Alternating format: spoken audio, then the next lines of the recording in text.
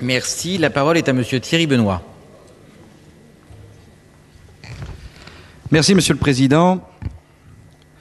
Madame la garde des Sceaux, mes chers collègues, Madame la Ministre, l'établissement du budget de votre ministère sollicite de nombreuses interrogations à l'heure où la dette publique de la France excède les 1200 milliards d'euros.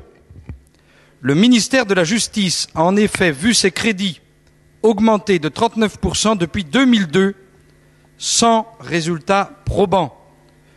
Le taux de réponse pénale a certes progressé de 14% en l'espace d'un quinquennat. Les observateurs ont cependant remarqué une baisse de plus de 7% des décisions rendues dans le domaine pénal durant ce même laps de temps. Ces chiffres démontrent la saturation des juridictions nationales en matière de traitement des affaires. L'engorgement des tribunaux français est une réalité à laquelle vous entendez répondre en créant 1615 nouveaux postes l'année prochaine. Ces recrutements ont pour objectif, selon vos propres mots, d'œuvrer en faveur d'une justice plus rapide, plus compréhensible et plus facile d'accès.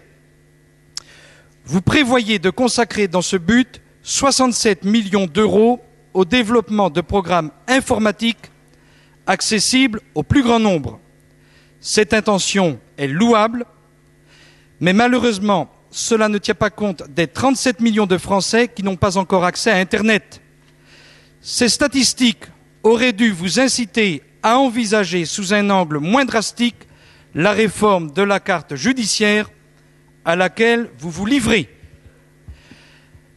La suppression de près de la moitié des tribunaux d'instance nationaux ne sera jamais compensée par l'essor de l'informatique. Pire, nous risquons d'assister à une saturation rapide des pôles judiciaires que vous entendez créer à l'échelle de chaque département par souci d'économie. Ces éléments, Madame la garde des Sceaux, me conduisent à demander la poursuite de la concertation. Pour ce qui est du ressort de la Cour d'appel de Rennes, vous avez organisé à votre manière la concertation. À votre demande, je vous ai écrit, Madame la garde des Sceaux, fin septembre, pour vous faire part de mes propositions qui étaient convergentes à celles du premier président de la Cour d'appel de Rennes. Ces propositions visent à une mutualisation des services des tribunaux de Vitré et de Fougères. Posez votre question. Je souhaite, Madame la garde des Sceaux, que nous puissions, avec vous et les services du ministère, étudier cette proposition. Je vous rappelle, Madame la garde des Sceaux, que dans cette question de la réforme de la carte judiciaire, outre l'efficacité de la justice, sa qualité et la proximité de la justice, vous devez prendre en compte la question de l'aménagement du territoire, la question de l'attractivité des villes moyennes et des territoires ruraux à travers la présence des services publics dans ce sens. Je vous remercie. Madame la Ministre, si vous voulez bien. Monsieur le député Benoît, vous avez été reçu d'ailleurs au cabinet pour discuter des propositions que vous aviez faites. Nous avons regardé, l'activité était insuffisante, ça ne permettait pas d'affecter un magistrat à plein temps. Les deux autres TI, dont un où il n'y avait pas de magistrat, le regroupement n'était pas possible. Nous avons tenu compte de l'aménagement du territoire puisque nous créons à l'UDEAC un guichet unique du greffe, où là, ce sera une centralisation de l'accès à la justice par cette structure qui sera installée à l'UDEAC. Alors, s'agissant plus généralement de la performance, on vous y a répondu, et c'était une proposition des chefs de cour.